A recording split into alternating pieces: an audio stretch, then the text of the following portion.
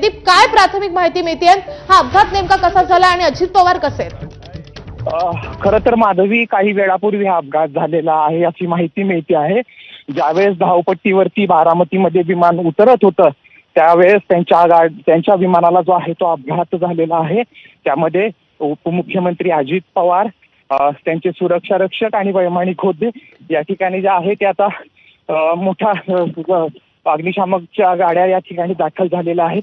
खरं तर उपमुख्यमंत्री अजित पवार यांचे जे आहे ते आज बारामतीमध्ये 4 ठिकाणी सभा होत्या आणि नियोजित होत्या आणि त्यासाठी उपमुख्यमंत्री अजित पवार जे आहेत ते मुंबईवरून बारामतीला येत होते आणि येताना जो आहे तो बहुधा विमान लँड होताना जो आहे तो अपघात झालेला आहे.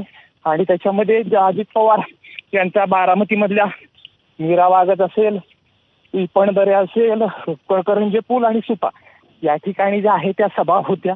त्यासाठी उपमुख्यमंत्री अजित पवार या ठिकाणी येत होते आणि गाडी या ठिकाणी जो आहे तो त्यांचा लँडिंग होताना अपघात झाल्याची आहे ती प्राथमिक माहिती आहे. त्या ठिकाणी जे आहे ते मोठ्या प्रमाणात आता अग्निशमन दलाच्या गाड्या असतील या ठिकाणी पोहोचत आहेत.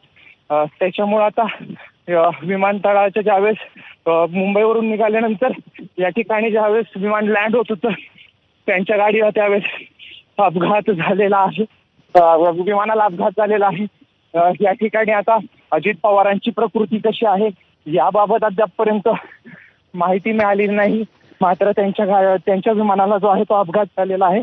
धावपट्टीला लागताना धावपट्टीवरून विमान जे आहे ते बाजूला गेलं असं जे आहे ते प्राथमिक सांगण्यात येते.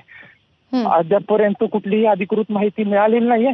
मात्र या ठिकाणी जे आहे ते उपमुख्यमंत्री अजित पवारांचं विमान अपघात झाल्याचं एवढीच आतापर्यंत माहिती आहे. जयदीप, हे विमान नेमकं कुठे अपघातग्रस्त झालेलं आहे आणि त्यावेळी विमानामध्ये नेमके कोण कोण होतं?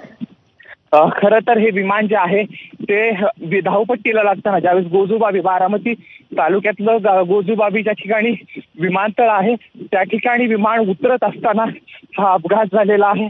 त्या अपघातामध्ये उपमुख्यमंत्री अजित पवार, त्यांचे सुरक्षा रक्षक आणि वैमानिक होते. आता नेमकं कुणाची प्रकृती कशी अद्यापर्यंत पण अजित पवारांच्या या ठिकाणी जे आहे ते आपण अवघ्या काही वेळामध्ये त्या ठिकाणी पोहोचतो आहेत.